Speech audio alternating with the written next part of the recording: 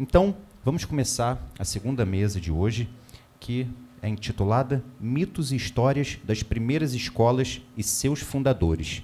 A Marta Abreu, ela vai fazer uma primeira participação aqui com a gente, mas o Vinícius também está aqui, vai fazer a mediação, então vou passar a palavra para ele. Queria pedir uma salva de palmas, Vinícius, para a gente começar. E é isso. Boa tarde. Estou ficando figurinha fácil já, né? Os 3 meses. Mas, assim, sem alongar muito, porque já estamos bastante atrasados, mas tudo certo. Valeu a pena pela feijoada. Vou chamar a mesa e vou deixar que eles se apresentem, que é melhor. Vou chamar a historiadora Alessandra Tavares.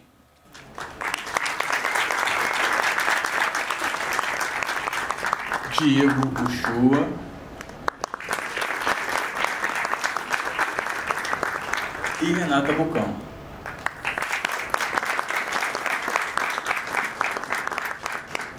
Não vou falar muito um pouco, né, sobre essa mesa em si, vou deixar porque as falas deles vão contemplar bastante, mas gostaria só de colocar a Marta. Marta está aí? Para ela dar uma palavrinha rapidinho, né, sobre a mesa. Então, vocês comeram a feijoada, eu comi uma lasanha muito, muito feinha, mas, assim, morrendo de inveja, continuo morrendo de inveja, mas ainda bem que a tecnologia me permite estar aqui. E essa mesa eu só queria apresentar com muita boa energia, né? Nós pensamos muito nessa mesa sobre os primeiros tempos. E aí, sobre os primeiros tempos, 3 historiadores dessa nova interação que eu falei na minha participação anterior. Então, acho que a gente vai poder ter oportunidade de ouvir um pouco sobre como é que isso tudo começou. Obrigada. Eu vou ficar fora, mas eu estou ouvindo. E depois eu vou fazer perguntas. Bom seminário. Maravilha. Obrigado, Marta. Então, vamos fazer assim. Queria dar, se vocês não reclamarem, 15 minutos para cada um. Tá? Sei que é difícil, mas para a gente comprimir um pouquinho o tempo, para a gente conseguir fazer um debate rapidinho. E aí vou começar com a Alessandra, Diego e depois Renata. Pode ser? Então, vamos lá. Cronômetro valendo. Está contigo. Não, primeiro tem que ver como é que você está aqui. Se puder botar a apresentação da Alessandra, por favor. Não, tem um negócio aqui, né? Aí tem que apontar para lá, né? Aí eu não sei o que aperta também. Olha lá. Então, gente, eu sou a Alessandra Tavares, eu sou historiadora, pesquiso escola de samba desde o mestrado lá, o UERJ, e pesquiso o Império Serrano. O meu verde e branco não é por acaso, como a gente vem falando desde o início, escola de samba é lugar de saberes, de educação, e eu sou educada a cada momento que eu encontro com meus colegas sambistas, com as minhas velhas guardas. A Raquel Valença, minha parceira de pesquisa, que ela gosta de falar, você é minha parceira de pesquisa. Eu falo, não, mas você também é minha velha guarda, então você é minha dona Raquel Valença. Né? E o estar de verde, gente, é importante, simbologia, identidade. É um saber importante. Parece, para quem vem de fora, é só clubismo, mas não é. É uma questão de identidade. É a identidade que eu carrego nas cores da minha escola. Eu sou uma mulher acadêmica, mas eu sou uma mulher que também frequenta o chão da minha escola de samba. E, na minha escola de samba, eu vou de verde e branco. E, quando eu vou falar da minha escola de samba, eu vou de verde e branco. Isso parece bobagem para quem está de longe, mas isso é muito importante. E isso é um saber, gente, que é passado pelas nossas velhas guardas. As nossas velhas guardas, elas são a diplomacia da nossa escola de samba. Elas visitam outras escolas de samba, elas levam os símbolos da nossa escola de samba e elas nos educam como que a gente vai se portar, são os saberes, é uma moral sambista de chão de escola de samba, que carrega, gente, todas as representações. Hoje eu vou falar dos pioneiros, né, de escola de samba, vou falar com um viés do Império Serrano, que é a minha escola de samba do coração, e minha pesquisa desde 2009, quando eu cheguei no PPG em História, lá na UERJ, e sofri epistemicídios, racismos, porque os professores lá diziam que escola de samba não era tema para estudar para a história, não era estudo de história, que escola de samba era estudo para antropologia ou arte. É estudo de antropologia e arte também. É estudo de história. É um lugar de diferentes saberes que a academia ocidental não dá nem conta. E tenta engessar, inaugurar momentos, inaugurar saberes. O Vinícius fez uma fala hoje cedo em que ele falou dos intelectuais que já estavam pensando o chão do samba, os cotidianos das escolas de samba, muito antes da academia pensar nisso. E a academia pensa que está inaugurando alguma coisa, está inaugurando algum tipo de saber, está inaugurando uma produção. Ok. E que nós, intelectuais negros, estamos ali também, nessa produção. Mas esse falar de si, esse criar discurso de si a partir da cultura, do samba, das escolas de samba, gente, não foi inaugurado pelos acadêmicos. A gente tem aí pensadores, memorialistas, negros, que estão falando de si e por si. Então, estamos na academia, falando de uma perspectiva da academia, porque esse é um lugar também para nós, intelectuais negros, mas é entender que esse saber não é da academia para o chão da escola de samba. É um saber que é do chão da escola de samba para a academia. E, muitas vezes, ou quase sempre, as grades teóricas e metodológicas não dão conta de entender todos esses saberes. Então, a partir disso, eu vou falar dos pioneiros e das pioneiras do Império Serrano. A minha velha guarda, dona Raquel, e minha parceira de pesquisa, ela escreveu um dos maiores livros sobre escola de samba. Ela fica baixando a cabeça, assim, que ela fica sem jeito, mas ela inaugurou uma perspectiva de escrever de dentro da escola de samba, de pensar, de pesquisar e vivenciar a escola de samba. Quando a gente fala assim, a escola de samba pensa por uma temporalidade que é marcada pelo desfile.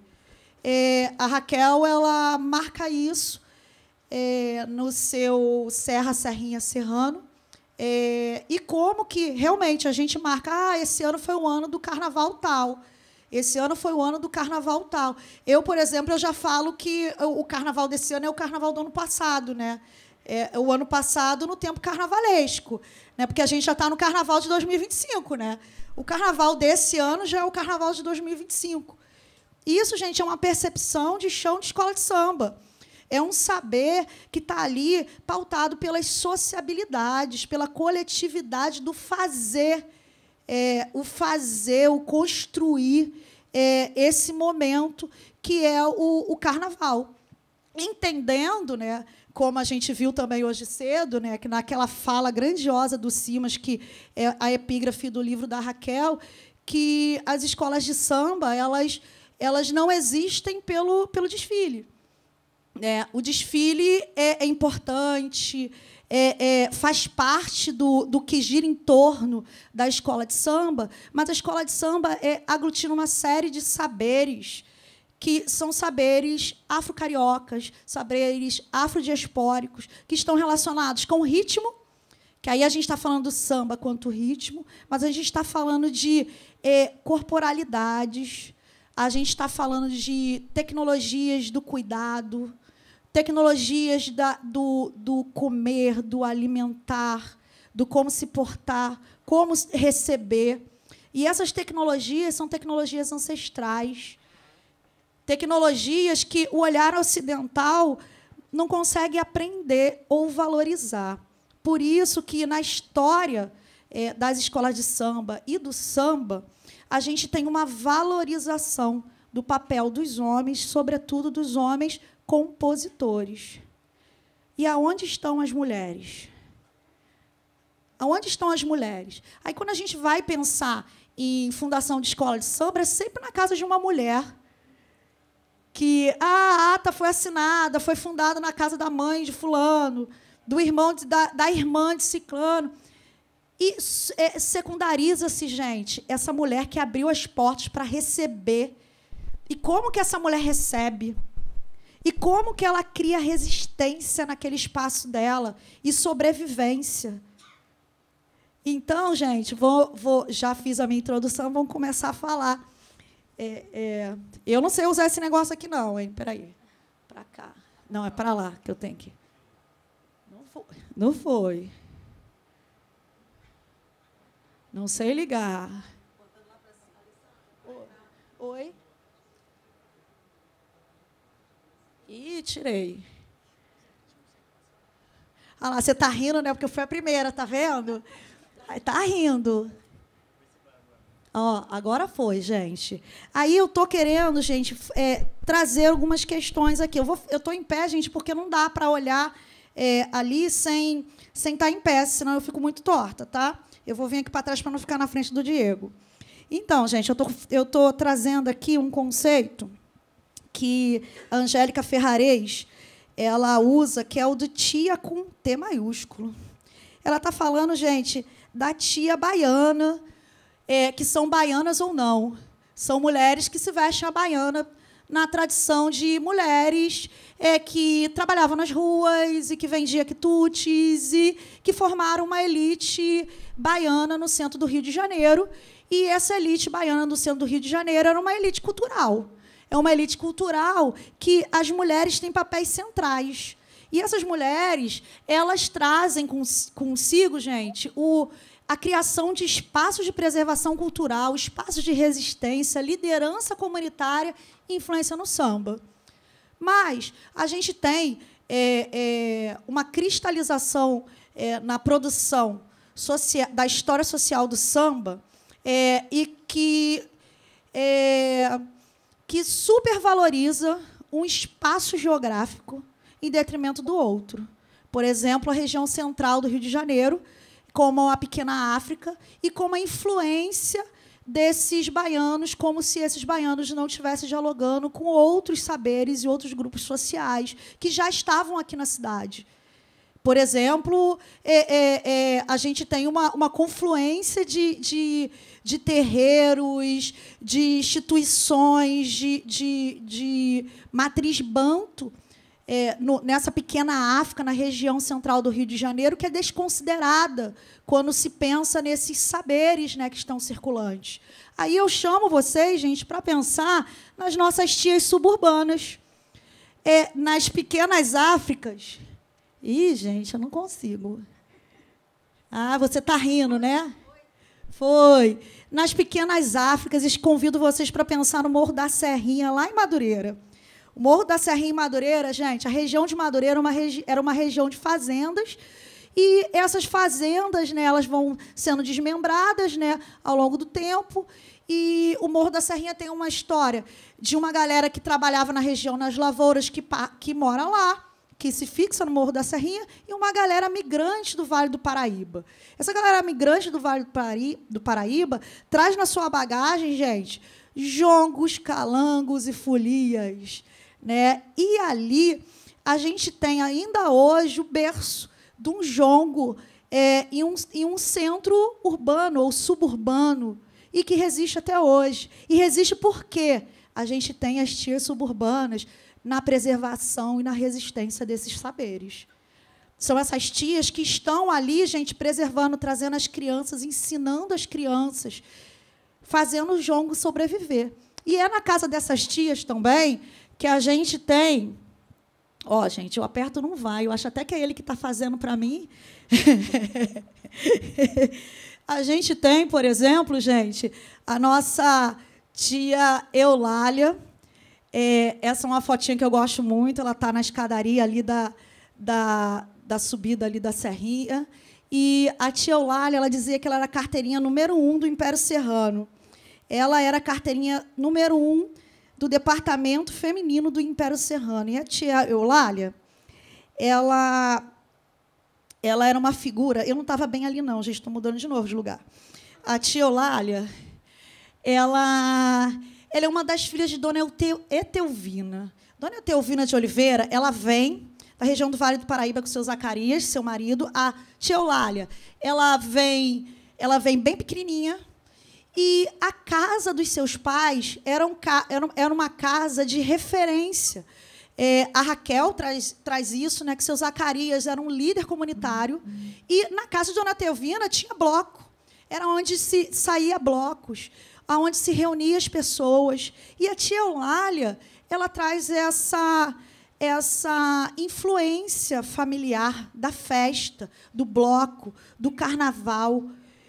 E eu chamo a atenção para o nome de Dona Etelvina, que não aparece. A gente fala de seu Zacarias e não se fala da casa da Dona Etelvina. A casa onde os blocos saíam, onde essas mulheres, as filhas de Dona Etelvina, também recebiam pessoas, também estavam ali no centro cultural, ali suburbano do Morro. Aí, gente, a tia Eulália, ela foi imortalizada em samba, como Meu Lugar, né? Quem não viu tia Eulália dançar, está fazendo uma referência à música do Ney Lopes e uma referência à tia Eulália, lá de Madureira. Eu faço uma pesquisa sobre um pioneiro do Império Serrano, que é o Mano Eloy, fundador do Império Serrano, nome da nossa quadra, trabalhador, estivador.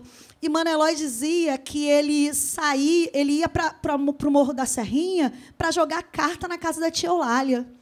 O marido da tia Eulália, gente, era o Seu Nascimento, e ele era o jongueiro que dava o jongo. Dava jongo aonde, gente? Na casa da tia Eulália. E a tia Eulália, gente, ela... eu de novo, é para lá, gente, eu não aprendo. A tia Eulália, ela, no discurso, né, de fundação do Império Serrano, a gente tem a história da dissidência da escola anterior, que era a Prazer da Serrinha. Um grupo de jovens sambistas do Prazer da Serrinha se reúnem para fundar uma escola de samba nova. E nessa fundação da escola nova, a gente tem ali uma confluência de famílias que se reúnem e pensam, vamos então fundar uma escola? Como que vai ser essa escola? E algumas famílias tomam a si essa liderança. E a tia Eulália, ela está ali na família do Oliveira, e ela elas, irmãs delas, fazem reuniões nas suas casas, recebem essas reuniões para decidir cor da escola, para decidir como que vai ser a bandeira, qual vai ser o nome da escola. E a família da tia Eulália doa o terreno da primeira sede, um terreno lá no Morro, onde eles constroem essa primeira sede. E a tia Eulália fala, na minha casa se fundou o Império Serrano. Ou seja, antes de ter essa construção, gente, era no terreiro de tia Eulália que era a reunião. Era o terreiro, gente, dessa tia suburbana, estou encerrando, dessa tia suburbana que a gente tem ali, gente, a fundação da escola de samba. E essa tia suburbana, gente, que desfilou até os seus 96 anos de idade. Ela tinha feito já aniversário, era 96. Até seus 96 anos de idade, ela estava desfilando com a sua blusa verdinha, indo na quadra, gente, para saber quais eram os sambas que estavam entrando na disputa, como é que estava rolando a confecção do carnaval. Por quê? Ela, desde o início, gente, ela era uma das mulheres que tomava à frente esse lugar de construção desse carnaval. Ela entrava em tudo, né? A Raquel, ela tem uma entrevista que ela dá, que ela fala que a tia Eulália, ela era uma mulher de muita opinião. Foi essas palavras que a Raquel falou. E ela tinha muita opinião.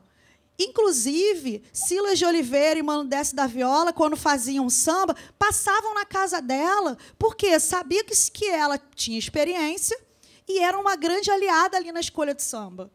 Então, ela participava da construção das alegorias, ela participava, gente, das alas, organizavam os ensaios, homens para um lado, mulheres para o outro. E ela não só fazia isso, como ela tinha uma ala especial, que era só dela, que era a ala das secretas, né? Que era... O nome já dizia tudo, né, gente? Ninguém sabia como é que seria o traje, né? Que a gente não está falando de fantasia, a gente está falando de traje. Ela comprava o tecido, ou seja, fazenda, né, como as nossas vós, não mostrava para ninguém, tirava-se as medidas e as mulheres, eram só mulheres, iam experimentar sem olhar, vendadas. Só no dia do carnaval é que elas podiam ver a roupa e o encantamento, porque a tia Eulália, gente, era uma grande carnavalesca. Ela participava da confecção desse carnaval com fantasias, na alegoria, era diretora de harmonia no dia dos ensaios.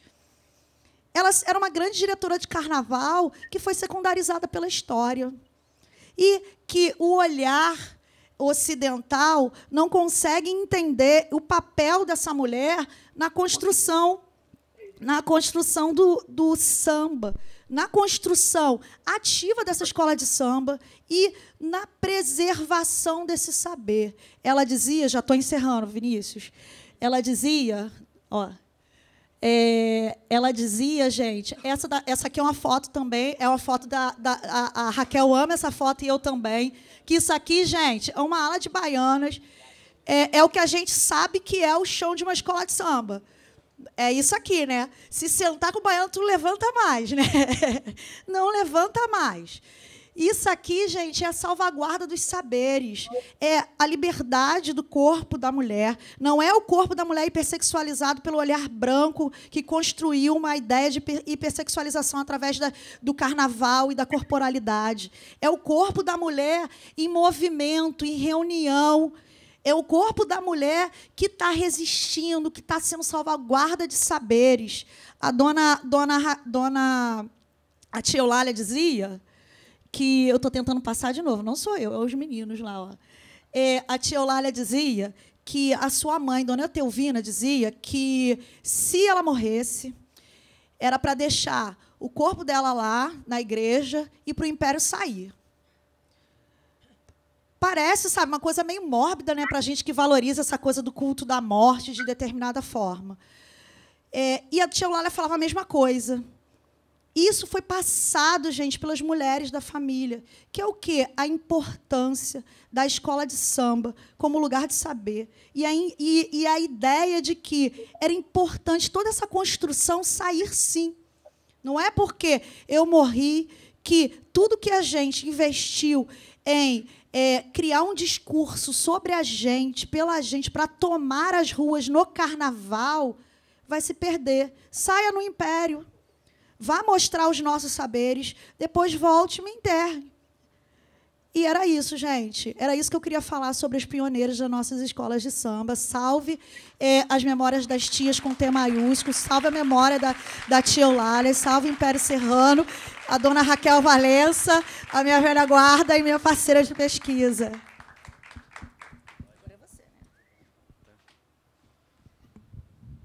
Muito obrigado.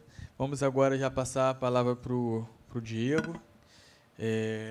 Puder botar o slide dele, por favor. Aquele esquema, já sabe, né? 15 minutos, chegar a 15 minutos, já vou agulhando já. Boa tarde. Todo mundo escutando direitinho? Tá? Boa tarde a todos e todas, tá? Eu vou pedir até licença, porque eu acho que eu sou o jovem pesquisador aqui entre pessoas que foram minha referência, inclusive a própria Alessandra, desde o começo da pesquisa, já lendo muita coisa que ela já produzia desde os tempos lá de pesquisa da UF, etc., sobre o Monelói, e com a Bucão também, que já está trabalhando de chão de escola e botando as ideias para ganhar a matéria, né? Boa tarde a todos, meu nome é Diego Shoa, tá? Sou professor de Educação Básica, lá do Colégio São Vicente atualmente, estamos com o nosso coordenador aqui, André, nosso professor também de Geografia sambista, Luiz, tá? Espírito Santo. Eu vou trazer um pouquinho aqui também da minha pesquisa, bem pouquinho, para não me alongar, senão não fala horas, né? Mas um pouquinho da minha pesquisa atualmente de doutorado, mas eu também me dedico a essa personagem desde os tempos de graduação, do finalzinho ali, orientado pela professora Marta, que está aqui sempre atuando e com certeza está escutando, e agradeço muito a ela esse caminho. Sou eu mesmo, né? Então, vamos lá. Tá?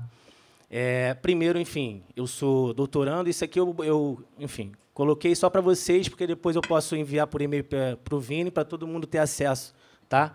Aí, pelo menos, saber quem fez o material, não é isso? Tá? Deixa eu tirar um pouquinho aqui, que eu quero já começar falando dele, mostrando a pessoa, tá bom? Isso, me ajuda aí, caso não vá, tá? Olha só, esse sambista, compositor, homem do axé, da Umbanda Moloco e etc., tá? E fora as suas várias facetas políticas da sua articulação que a gente vai comentar, é o Tancredo da Silva Pinto, que a gente conhece muito também, ou como Tancredo Silva, principalmente até os anos 40, muita gente se referia a ele assim, ou como Tata Tancredo, tá bom? E aí eu vou dialogar muito com a perspectiva que a Alessandra trouxe, ou seja, a gente aqui vai enfatizar mais uma vez um olhar sobre outras pequenas Áfricas e também outras pequenas Áfricas que se alimentaram de um arsenal cultural que vem dessa migração do Vale do Paraíba no pós-abolição. Eu acho que o que une a gente aqui também é muito essa questão da ligação com os estudos do pós-abolição na história do Brasil, tá? Que começam a ficar muito forte, principalmente a partir ali do final dos anos 2000, 2010. Tá? E a gente é fruto disso, né? A Marta é uma pessoa muito importante, o Vinícius também sabe toda essa trajetória. Tá? A gente não é sozinho, é um grupo que está confluindo, dialogando, pensando. Tá? O Tancredo da Silva nasceu, aí já começa a primeira interrogação. Tá? O registro que a gente tem oficial dele é 1905, tá? Ele nasce na cidade de Cantagalo. Para quem não conhece, seria uma região serrana, ou um noroeste fluminense ali, tá? Um pouquinho depois de Nova Friburgo, beleza? Uma área que era um coração cafeeiro do século XIX, áreas do famoso Barão de Nova Friburgo, tá? Um grande traficante de pessoas, tá? Que ganhou muito dinheiro traficando pessoas pelo Atlântico e também explorando essa relação de trabalho escravo nessas regiões. No pós-abolição, a gente sabe que tem uma questão muito dessas migrações, né? Porque essa experiência de liberdade, algumas vão ser renegociadas no campo, mas várias vão ser... E aí a gente tem várias levas de migração, não é no imediato pós-abolição que vem todo mundo para cá, também não é assim. Existe uma leva, né? Um pessoal vem no imediato pós, no final do século XIX, outro no início do século XX, outra leva nos anos 30, tudo bem? A gente já está amadurecendo essas perspectivas. E o Tancredo teria chegado aqui no Rio de Janeiro por volta da década de 10, iníciozinho de 1910. É muito difícil ainda esse primeiro momento do Tata Tancredo. Tá? Então, ele estaria assim, no início da vida, teria vindo com a tia e com o tio, tudo bem? Os pais ficam em Cantagalo. Interessante que ele seria, isso segundo os relatos que a gente tem, são algumas poucas entrevistas dele, tá? É um trabalho de formiguinha. Hoje em dia a gente tem mais gente pesquisando também sobre a vida do Tata Tancredo, isso tem dado um fôlego, tá? A gente dialoga, ninguém é dono de um notório saber da pessoa, a gente vai construindo e contribuindo, né?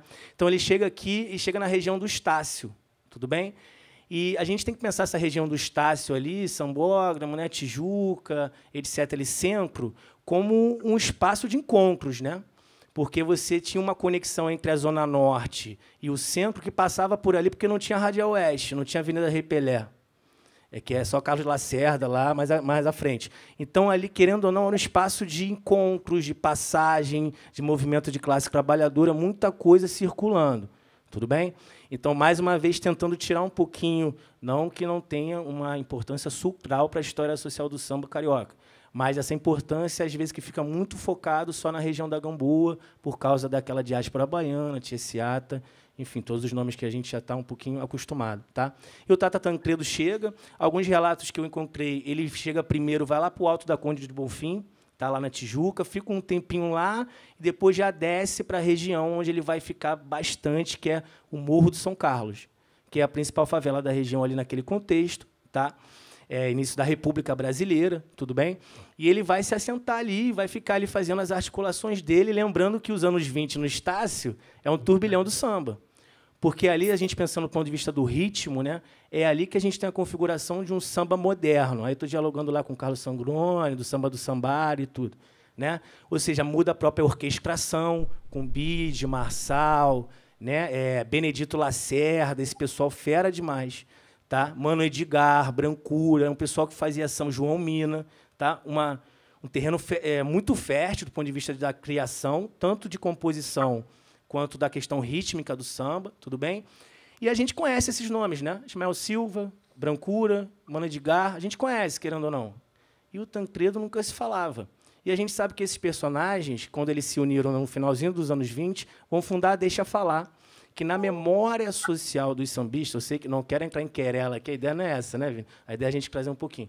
Mas na memória social dos sambistas mais antigos, sempre aquela ideia dos pioneiros, da escola-mãe, não é isso? E o Tata Tancredo fazia parte dessa rede de sociabilidade, não só como rede, amizade, etc., mas como criador, como compositor, como pessoa que pensava também estava atuando no samba.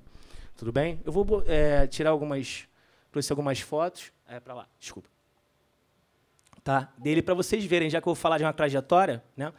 E aí eu vou trabalhar um pouco como esse Tata Tancredo, que é uma personagem, né? Ou seja, um homem negro que vem descendente do pessoal que viveu todos os horrores do cativeiro em Cantagalo, passa por um processo de imigração que é sempre traumático, né? A gente sabe disso, chega numa cidade que quer justamente ser o contrário, que estava se modernizando com o ideal de embranquecimento, de reformas urbanas dentro de um ideal de modernidade excludente, tudo que a gente sabe, e ele vai se reinventar de um jeito muito moderno, vai participar dessa rede. A gente sabe que as escolas de samba, se não, são um dos produtos mais modernos que tem na cultura brasileira, né? Acho que o mais importante até hoje, dentro da nossa identidade nacional, né? Ele está junto desse movimento e vai deixar muito legado e muita produção, seja no mundo do samba, seja no mundo da axé, que eu vou mostrar para vocês também, já perceberam que era um cara muito importante também dentro, e aí ele vai sempre trabalhar e se articular, inclusive publicar livros, a gente vai falar disso, está dentro da ideia da Umbanda Omolocô. E aí, do Omolocô, principalmente, a gente vai, quando for falar da questão dos livros que ele publicava, né, sempre tentando criar um pouco dessa identidade da Umbanda, que nos anos 30, 40, a partir do primeiro congresso, começa num movimento mais de se afastar das suas linhas e matrizes africanas para uma estratégia de aproximação com o espiritismo, com o catolicismo. Lembrar que era tempo de Estado Novo, outra questão, outros debates. Tá? Só que o Tata Tancredo sempre teve ali, não, calma aí. Né? A gente está falando de uma religião que está ligada diretamente ao centro ocidental africano, aos Luanda Kyuku, na África, e etc. Região angolana. Tá? Ver um pouquinho alguns registros dele. Um homem muito presente, principalmente se a gente pegar ali o jornal O Dia, na década de 50, 60, estava sempre nos debates religiosos, também do samba. Tá? Vou contar alguns casos que vai elucidar. Tá bom? Viajava o Brasil todo divulgando o seu axé, a sua linha de umbanda, tá? Os seus contatos de articulação, sempre buscando espaço para, enfim, realizar seus eventos, fazer seus trabalhos religiosos contra um preconceito que era publicamente e oficialmente muito forte. É bom ter essa noção, né? E ele estava sempre ali, se ele em Minas Gerais, tá bom? Um dos filhos de santo que estão vivos, que é o mais velho, Tata Gilberto. Aí um registro da revista Cruzeiro, ele aqui à esquerda, um homem enorme, tá? E que diziam que era um doce, falava tranquilo, tá? Mas que marcava a presença, tá bom? Esse era o registro da década de 70. E aí falar um pouquinho sobre essa questão do Tata Tancredo envolvendo o mundo do samba, tá? Porque ele também foi um compositor que deixou registros no universo da indústria fonográfica, dos discos, tá bom? Além da Estácio de Sá, além da questão da Deixa Falar, né? Que seria essa mãe. Esse ponto é um ponto interessante. Isso está no Sérgio Cabral. Olha como a gente era um personagem que está presente, só que a gente não abriu os olhos. Por isso que agora, quando a gente vai abrir, a gente vai ver muita coisa. Já está no Sérgio Cabral lá atrás, tanto que isso é reedição, 92 não é, isso é lá da década de 70 e tal. E aí, naquela série de entrevistas dos anos 60 que o Sérgio Cabral faz com aqueles baluartes do samba, ele vai entrevistar também o Bussi Moreira, né, neto da Tia Ciata, etc.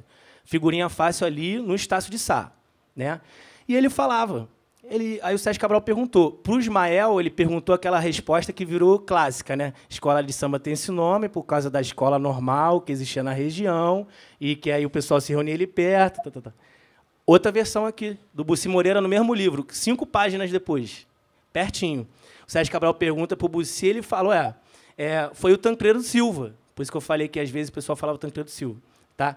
Foi numa conversa lá no Estácio que ele falou, vamos botar o nome de escola de samba. Isso que é bom, escola de samba. Aí depois aí o Sérgio Cabral pergunta para o Ismael, está no livro, depois vocês podem ir lá ver. Aí ele pergunta, Ismael, aí o Bussi falou que foi o Tata Tancredo. Aí o Ismael, daquele jeito dele, né? O Bussi não sabe nada, essa época ele não estava nem lá. aquele jeito, tudo bem? Mas são narrativas, e isso mostra, não estou querendo falar que o Tata Tancredo deu na escola de samba, mas são narrativas que mostram que ele estava ali, tá? Participando do debate, fazendo, caminhando, tá? Contribuindo. Ai, será que vai passar? Foi. Passou. Ah, já percebeu, né? E eu vou falar um pouquinho porque o Tata Tancredo, vê se volta, tu dá essa força. O Tata Tancredo, ele estava desde o início das primeiras organizações que lutaram pelos direitos dos sambistas e por essa negociação das escolas de samba e dos grupos de sambistas com o Estado. A gente tem que lembrar que nos 30, 40, essa negociação com o Estado é essencial. Era Vargas na veia. Tem que ter a sua instituição para negociar. Tá? E desde a União das Escolas de Samba, o Tata Tancredo estava lá. Tá? E ele vai estar em outras também. Tá aí organizando eventos comunitários, se articulando com os sambistas para receber autoridades, para falar, cara, não é tão assim, vocês estão construindo uma visão, olha, vem aqui o delegado, pode vir o advogado, o juiz, o prefeito, comunguem aqui. Ele era o cara de articulação, e ele tinha essa porta no Estácio. Tudo bem? Aí eu trouxe outro exemplo, tá? Isso aqui é muito interessante, e essa é a fonte. Tá? Olha só, durante os anos 47, né, e 51, o que aconteceu? Dentro do mundo das escolas de samba, o mundo vivia a Guerra Fria, né? Pós-Segunda Guerra, a União Soviética de um lado, Estados Unidos do outro. E Deus salve todos, né? Porque o mundo quase foi embora nessa brincadeira. Cara, isso chegou até no mundo do samba, tudo bem? Porque você tinha uma instituição de representatividade, que era a União Geral das Escolas de Samba, o pessoal que era meio contra essa aproximação que, na época, era muito forte, dos comunistas com o jornal Tribuna Popular, com o próprio Partido Comunista, com o mundo do samba. Lá no Império Serrano também rolou essa aproximação muito forte, né? Chamava de União Geral das Escolas Soviéticas, né? Para dar uma garfada, assim. Só que o Tancredo... E o que aconteceu? O prefeito, na época, junto com o chefe de polícia, resolveu incentivar o racha, dividir para imperar sempre, né? Para rachar as instituições, para dividir a verba, para deixar o pessoal brigar. Quando rachou, o que aconteceu? O Tancredo ficou nessa nova, que seria mais a próxima do Estado, que era a Federação Brasileira das Escolas de Samba.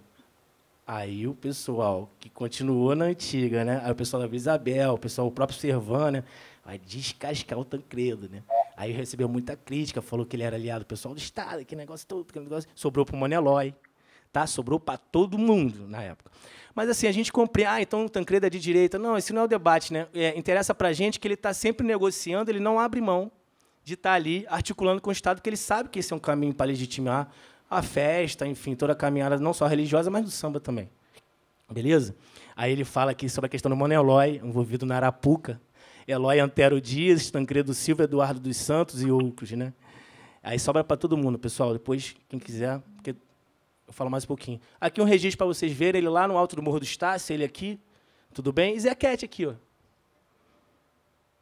Tá? Para vocês terem a noção de que era uma personagem que não tem nada de submundo, de escondido, não. Era uma personagem presente. Tem o quê? Uns 5? Tá? Beleza. Tá? E aí, para a gente já ir se encaminhando, mostrar algumas outras facetas do próprio Tata Tancredo. Tá? O samba de break, né, aquele samba que ficou clássico com o próprio Moreira da Silva, né? Você vai, caminha e depois faz um breakzinho, e conta uma história, um caos, tira uma risada do público e volta a falar.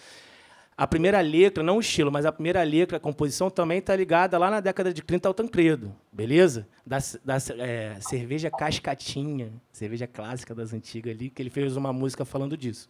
Tá? No mercado fonográfico, ele ficou muito famoso por isso. Chegou o General da Banda aí, que é clássica, né, dos anos 50, 60, 70, 80, 90, regravações infinitas, tá? Acho que o de Gilberto, Sargentelli nos anos 80 gravou, tudo bem? O Prof ficou muito famoso com o Blackout, que andava lá com o seu uniforme de general da banda. Outra pessoa do Vale do Interior, cafeiro, só que de São Paulo, que também está nessa, tudo bem? Parceiro de composição dele, José Alcides, um homem da Irmandade de Santa Efigênia, no centro da cidade, Irmandade histórica, importantíssima para a religiosidade afro-carioca, né? E junto com Sátiro de Mello, que é um compositor de uma família do Norte, beleza? E com esse dinheiro, né, que ele arrecada aí, ele vai fundar outras instituições, e aí que não do samba, me ajuda aí, guerreiro, tá? Outras instituições, só que não do samba, que vão lutar cada vez mais também pela legitimidade da prática religiosa. Que a liberdade religiosa até hoje a gente não vê ela materializada, mas a luta dela já perpassa um bom período da história republicana brasileira. E é difícil falar nisso no próprio livro lá do Marchar, Não é Caminhar, do Ivani, ele cita o Tancredo, né, como uma pessoa importantíssima nesse processo aí de articulação das instituições do samba. Tá? E ele também compunha pontos, né, que foram gravados por J.B. de Carvalho, Getúlio Amor Marinho, tá? Depois José Ribeiro, que são os caras muito conhecidos do que a gente chama de gravação das macumbas, que era o rótulo do gênero musical que botava lá, né? Inclusive, alguns da década de 70, o Tancredo escrevia ali, ó, a contracapa, para dar aquela legitimidade. Não, a pessoa aqui é meu filho de santo, é uma ótima pessoa da Xé, para, né, inflar essa legitimidade aí, para você ver que ele já era um cara respeitado. Me ajuda aí de novo, Guilherme. Boa. Aqui alguns pontos, tá? Até na própria instituição, eu trabalho muito com fontes primárias também, lá de uma dessas instituições, que é a Confederação Espírita Brasileira de Umbanda, CEUB, que fica no Estácio. Rua, para você ver. Tá tudo ali. Tudo bem? E lá a gente encontra, ele assinava a carteira dele profissional como compositor. Tá? E também fez parte da primeira instituição que lutava pelos direitos autorais, tá? Que era a Associação Brasileira dos Atores Teatrais, porque muito direito autoral era pensado em relação ao teatro. Beleza? Me ajuda de novo, Guilherme. É tu que está mexendo. Pode ir também. Tá? Aqui, 2 casos para a gente fechar, tá? Que eu devo ter uns 2 minutinhos. Esse é o Tancredo já organizando, na década de 40, uma festa no Estácio para receber nada mais, nada menos que Getúlio Vargas. Porque teve uma querela que o pessoal ia remover o pessoal da favela ali perto. Aí o pessoal lutou, fez de tudo, não sei o quê. Quem foi? E aí o Getúlio, daquele jeito, Getúlio, falou, não, eu não vou deixar. Né? E pegou para si, a gente sabe que não é assim também, né? Mas, enfim, Getúlio adorava se auto, né, protagonizar, foi lá, falou que ele não deixou, e o Tancredo organizou uma festa para ele. Para você ter noção que o cara já estava lá atrás. Tá? E ele criava muitos eventos religiosos e criou durante a década de 60, 70, 80, para tentar aquela estratégia que eu falei, afirmar no espaço público, a partir das suas redes, tá? Principalmente políticos. Beleza, pessoal? E a gente está falando de inúmeros nomes, tá? Tenório Cavalcante, o próprio Vargas que a gente falou, Pedro Ernesto lá atrás, Chagas Freitas, Negrão de Lima, ó, só, beleza? Tá? O próprio Carlos Lacerda um pouquinho, tá? Durante os anos 60, tá? Já vou amarrando aí para a gente, até para abrir para debate. O mais famoso é a questão das flores de Iemanjá na década de 50, que o Tancredo não cria, né, pessoal? A gente sabe que já existia esse costume desde o final do século XIX em Fonte. Praia de Santa Luzia, Praia do Caju, o pessoal fazia, geralmente, nessa virada do ano. Mas o Tancredo institucionaliza e organiza, divulga em periódicos, chama desembargador, prefeitos, governadores, como estratégia de legitimação e busca de uma liberdade religiosa. Aí, isso é Tancredo. Tá? Aqui, outro ponto, a festa que ele faz isso começa em 58, beleza? Lá em Campo Grande, em Uaíba, Zona Oeste, tá a festa para os pretos velhos. Tem aquele viaduto lá de Uaíba, embaixo tem 2 estátuas de preto velho. Hoje em dia não tem mais aquela pompa toda, que já teve muito. Isso aí é uma foto da revista Mironga, ele recebendo o embaixador da África. Para você ver que nem tinha. Na época, o próprio governo da ditadura militar era muito pisava em cacos durante esse processo de reconhecimento dos novos países africanos que estavam se libertando. Né? Mas você vê que ele recebia, cara. O pessoal fazia esse entrecruzo no Atlântico, não só aqui. Tá? E aqui a festa que ele fez um registro lá no Maracanã, em 65, tá? Que ele reuniu vários médios, beleza? E, enfim, milhares de médios, centenas, né? E teve mais ou menos 2.000 e poucas pessoas, tá? Deu um murmurinho na época. Mas, assim, vou abrir para pergunta, não tem como, senão é uma pessoa que já vem estudando há uns anos, se não começa a falar, tá? Perde um pouco o tempo da mesa, né? Mas, assim, pessoal, observando a vida e a trajetória do Tata Tancredo, a gente percebe um homem do pós-abolição que chega numa cidade que está se modernizando, seja estruturalmente, urbanamente, do ponto de vista cultural, político, etc., que tinha um projeto totalmente avesso a esse protagonismo das populações negras. Na real, não é nem protagonismo, existência dessas populações negras, porque o projeto era o embranquecimento, era o que eles estavam investindo. Tancredo resiste, não só resiste, se reinventa e cria, inventa, deixa legado, se articula politicamente, Praz, conecta o Atlântico com outras regiões, viajou para a Argentina, viajou para o Uruguai, fez mais de 1000 Filhos de Santos. Então, é essa trajetória que a gente está. Eu acho que a gente, o pós-abolição, com essas personagens que estavam ao nosso redor de uma forma tão forte que a gente não enxergava, agora a gente, se debruçando um pouquinho, vai dar nomes aos fundadores da escola de samba. Vai dar cara aos projetos das escolas de samba de cada região que, na época, foram surgindo, e vai começar a conhecer, de fato, um pouquinho do que foram esses sambistas, né? Porque escola de samba e samba são os sambistas. Não é isso? Acho que a ideia é essa, abro para vocês, tá? E obrigado mesmo por tudo, e uma honra estar aqui. Obrigado pelo convite.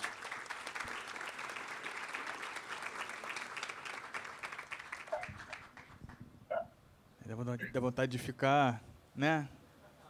Falando, né? Mas, enfim, sem alongar também muito, vou passar a palavra para a Renata. A Renata já foi também apresentar na Carnavalesca, né? Harmonia, já subiu em carro alegórico para forrar.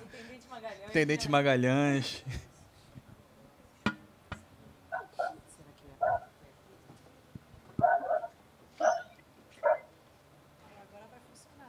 Agora ele mexeu, se funcionar, vão dizer que é meu axé. Tinha que ligar, gente. A gente Bom, enquanto não aparece ali, o Vini já deu uma... Bom, eu sou a Renata. Foi? Eu sou a Renata. O Vinícius tinha pedido para a gente se apresentar. Eu sou professora e sambista. É isso que eu sou da vida, ponto. Mas, para além disso, assim, eu sou uma mulher branca, né? Então, eu estou aqui, claro, vou falar um pouco sobre a minha pesquisa, apresentar uma pessoa que eu quero apresentar a vocês, que eu, com certeza ninguém aqui conhece.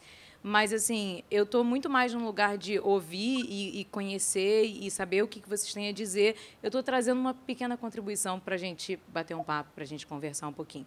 Então, eu vou falar sobre a minha Unidos da Tijuca, porque já passei por isso algumas vezes, né? Quando vão falar de primeiras escolas de samba, aí vão, Mangueira, Portela. Chama aquela menina que fala da Unidos da Tijuca, porque meio que só tem eu, porque, assim, quem é que vai falar de Unidos da Tijuca? E a Unidos da Tijuca, com todo respeito ao menino de 47, nós somos a senhora de 31, tá? A Unidos da Tijuca é uma escola muito antiga, uma das primeiras escolas do Rio de Janeiro. Então, assim, eu quero falar um pouquinho do processo de fundação, mas até abrindo para o processo de outras escolas. E parece que eu e a Alessandra combinamos, porque eu vou trazer também uma mulher da Unidos da Tijuca para falar um pouquinho sobre ela. Caraca aí. De primeira. Quando a gente vai, assim, eu sou historiadora, né, a mesa toda é de historiadores, e a gente trabalha muito com as fontes. Eu trouxe as minhas fontes aqui, por isso até eu estou em pé, porque eu quero ler algumas coisas. Isso é um print do site da Unidos da Tijuca. E aí tem aquela abinha lá, História, e tem um mini resuminho da história da escola. E esse texto, ele me incomoda em vários níveis, assim, mas é um texto que ele se repete. Toda vez que vão escrever alguma coisa sobre a escola, eles repetem algumas informações que tem nesse texto. E sempre me chamou a atenção, assim, de onde tiraram essas informações. E historiador não para quieto, né? Então, eu fui catar. Enfim, e ali ele fala que a escola é resultado da fusão de 4 blocos, e aí ele fala quais são os morros desses blocos, mas, assim, é uma coisa também muito ampla. Fala que ela foi fundada no dia 31 de dezembro, né, que é Réveillon, e aí tem o nome dos fundadores. O nome dos fundadores, ele sempre aparece com essas características. Bento Vasconcelos, que seria o líder, Leandro Chagas, organizador e disciplinador. É sempre isso que aparece no nome dessas pessoas. E, assim, me soa um pouco estranho. A pessoa tem essa categoria, né? Ela tem esse rótulo. E os nomes femininos, eles estão aí, mas eles aparecem só no final e tem uma divisão com um ponto e vírgula. Então, assim, tem todos os homens, ponto e vírgula, e algumas mulheres. Então, assim, essa estrutura textual, aquilo ia me coçando, assim, não é possível, de onde vem isso? E aí, catando muito, né, pesquisando muito sobre a história da Tijuca, eu encontrei uma reportagem do Jornal do Brasil, de 1981. A Tijuca tinha ganho o Carnaval de 80 no acesso, apesar de ser uma escola muito antiga, e aí, verdade seja dita, ela passou muitos anos no grupo de acesso, muitos anos, foi até para o 3º grupo, e ela estava voltando para o especial em 81, inclusive Renato Lage e tal, né? Então apareceu uma reportagem assim, de página inteira no Jornal do Brasil sobre essa escola que estava ali aparecendo no grupo especial.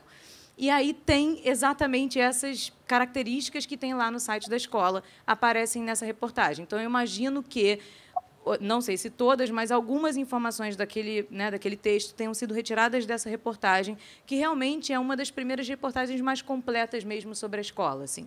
E aí fala a questão da fusão dos 4 blocos, fala quais são esses blocos, né? Quais eram os morros, quem eram essas pessoas. E aí falam, chefiados por Bento Vasconcelos, então ele seria o líder. Fala, Bento é que tomava frente, Leandro era o organizador e disciplinador ferrenho, Tatão foi diretor de harmonia. Então, eu imagino que seja daí que eles retiraram esses nomes. Não aparece nenhum nome feminino nesse trecho da reportagem, né? Então, assim, essa reportagem ela vai cristalizar algumas informações sobre a escola que eu imagino que ali o jornalista tenha juntado algumas pessoas da escola, me fala aí, não tem ali um processo científico, né? É uma reportagem, eles queriam falar da escola, era perto do carnaval, uma reportagem de fevereiro. Então, assim, era um pouco para apresentar essa escola. Então, ele cristaliza umas informações que algumas eu posso dizer que são falsas e algumas são duvidosas. Por exemplo, ele diz, os fundadores foram os já citados. Os já citados seriam os donos dos blocos, né, os chefes lá dos blocos anteriores. O que não é verdade, porque, por exemplo, o Pacífico Vasconcelos já era morto quando a Unidos da Tijuca foi fundada. Então, ele não é fundador da Unidos da Tijuca, ele morreu alguns anos antes.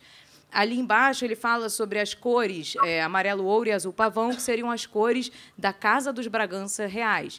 A Casa Bragança, a cor é verde. Então, assim, não é daí. E, muito por coincidência, existia uma fábrica de cigarros no pé do Morro do Borel, cujo maço de cigarro tinha um pavão amarelo e azul. Então, assim, não é da Casa dos Bragança que vem essa cor. Tem algumas outras, e aí a gente tem falado muito da escola de samba enquanto esse espaço de sociabilidade, né? A região da Grande Tijuca, as pessoas daquela região, elas tinham espaços de sociabilidade. Elas frequentavam o mesmo bar, todos eles falam da Leiteria do Álvaro, que era ali no pé do morro, que todo mundo frequentava, a mesma igreja, as mesmas escolas, as crianças estudavam nas mesmas escolas, e todos trabalhavam nessas fábricas da região, inclusive na fábrica de cigarros, que depois viria a ser a Souza Cruz. Eu trouxe, para não dizer que eu estou falando só da Tijuca, trouxe uma entrevista do Natal da Portela para o Depoimentos da Posteridade, lá do MIS, e o entrevistador, eu tenho quase certeza que é o Sérgio Cabral que está fazendo essa entrevista, porque, como ela é de 72, eu não tenho certeza se é o Sérgio Cabral. Mas eu gosto muito dela para a gente pensar nesse processo de fundação.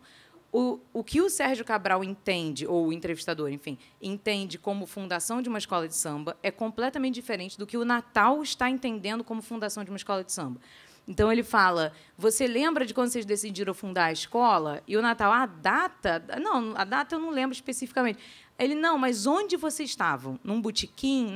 Ele está querendo pensar um momento, assim, aquele momento, quase que a hora certa, como se fosse fazer o mapa astral da escola. Que horas nasceu?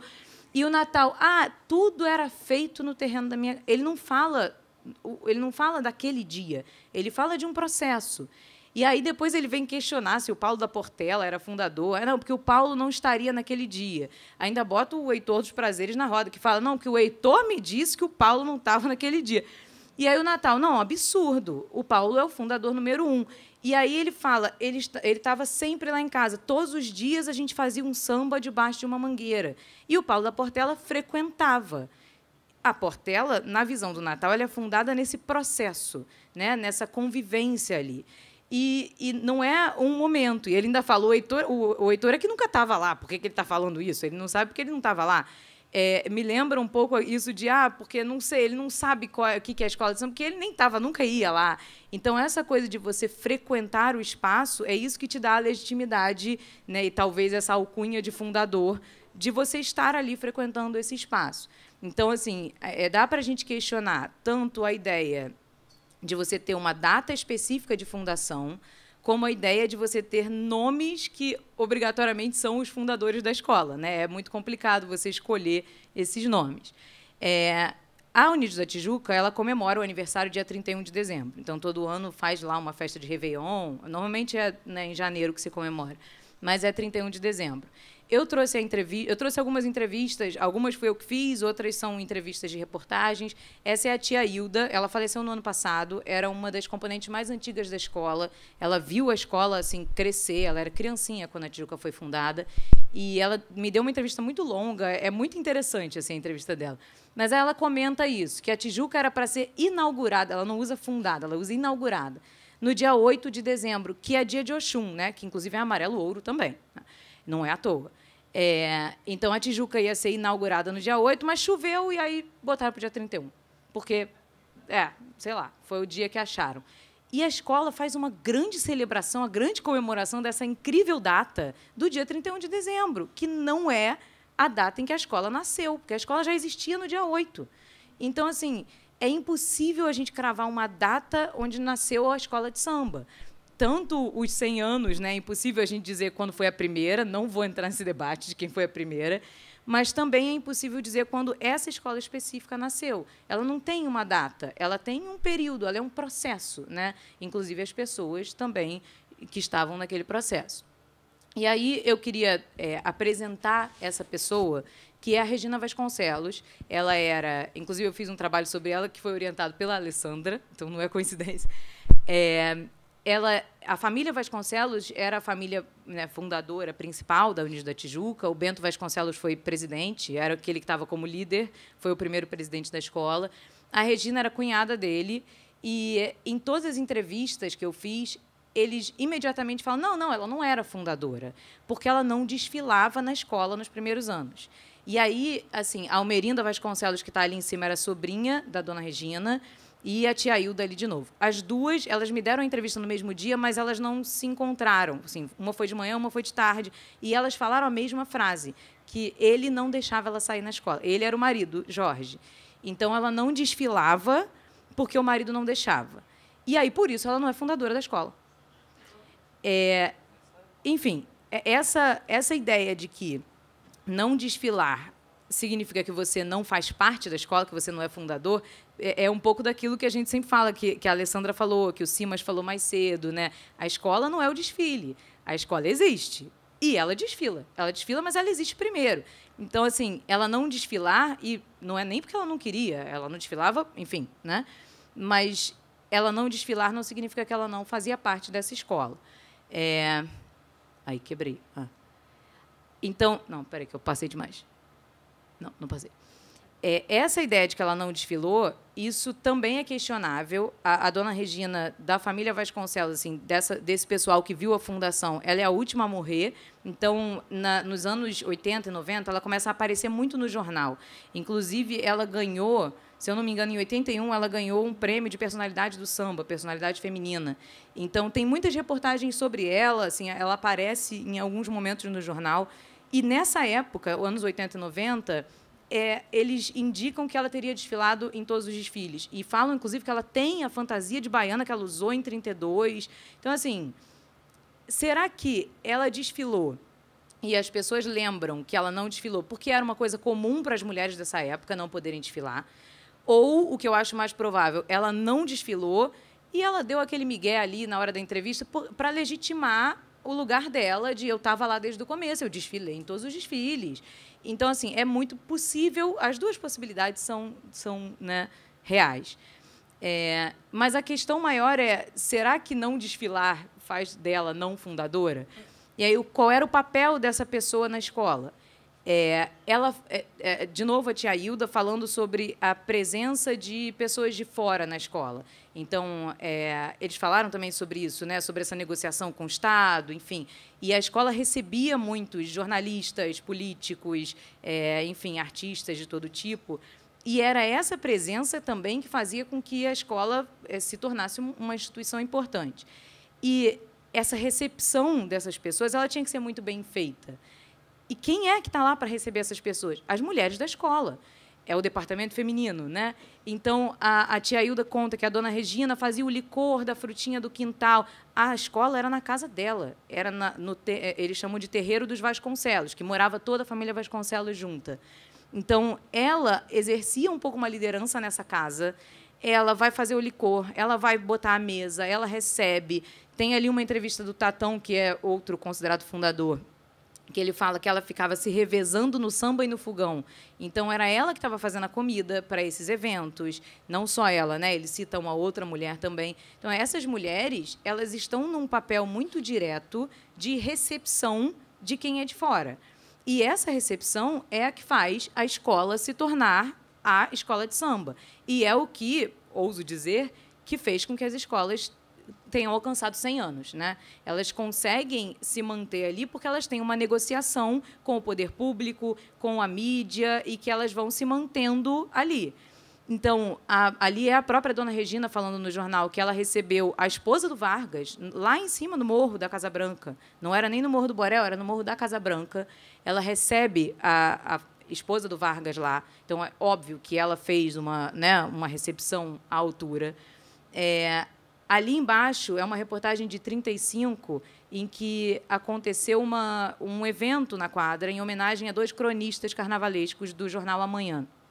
E isso é noticiado por umas 2 semanas no jornal. Todo dia aparece o Unidos da Tijuca no jornal, avisando que vai ter esse evento. E aí, quando o evento acontece, é também uma reportagem de página inteira falando sobre como foi o evento. E aí eles falam que eles foram recebidos com uma feijoada. Então, você imagina que quem é que fez essa recepção foram essas mulheres. Ele fala que o Bento Vasconcelos foi levar eles à mesa acompanhado das pastoras. Então, as mulheres aparecem nessa história o tempo todo, mas não tem o nome delas. Na reportagem não diz quem são essas mulheres, só fala o nome dele, que era o presidente, né? E aí, em seguida, ele começa a elogiar a escola. Então, por que ele gostou tanto da Unidos da Tijuca? Porque a feijoada estava gostosa, porque o evento da quadra foi bem organizado, porque era uma quadra legal, porque as passistas estavam sambando. Ele fala das passistas, ele fala da porta-bandeira, ele fala muito das figuras femininas sem dizer o nome delas. Ele fala o nome do Bento Vasconcelos, que era o presidente. Então, assim, esse lugar de negociação com o poder público, ele é um lugar que passa pelos eventos da escola. E esses eventos organizados por mulheres, né, das escolas. É óbvio que a Regina é a fundadora dessa escola. Não preciso nem dizer que é óbvio, que é isso que eu acredito. Para quem ficou tocado aí com a história dela, a Regina morreu fundadora. Inclusive, na tal reportagem lá atrás do Jornal do Brasil, ela está listada como fundadora, mas não no texto da reportagem. Na foto da reportagem, ela é a única mulher ali no meio. E na legenda diz o atual presidente Quiro e os fundadores Tatão e Regina Vasconcelos. Então, o nome dela está ali, só que não está no texto. Então, na hora que copiaram e colaram lá o texto no site, o nome dela não entrou. Entrou depois, está lá o ponto e vírgula, ela é a primeira mulher que aparece, Regina Vasconcelos. Então, assim, na verdade, eu trouxe só esse caso para apresentar a dona Regina para vocês conhecerem ela, para vocês saberem um pouquinho também do processo de fundação da Tijuca. Teria muito mais coisas para falar sobre isso, mas, enfim. E para a gente entender como que as escolas de samba elas mostram essas vivências negras do pós-abolição, né? Possíveis vivências negras do pós-abolição, e que eu estou totalmente convencida de que, para a gente entender o Rio de Janeiro, para a gente entender o Brasil do pós-abolição e até hoje, a gente precisa estudar a escola de samba, precisa estudar a Unidos da Tijuca, precisa conhecer dona Regina Vasconcelos. Tá bom? Muito obrigada.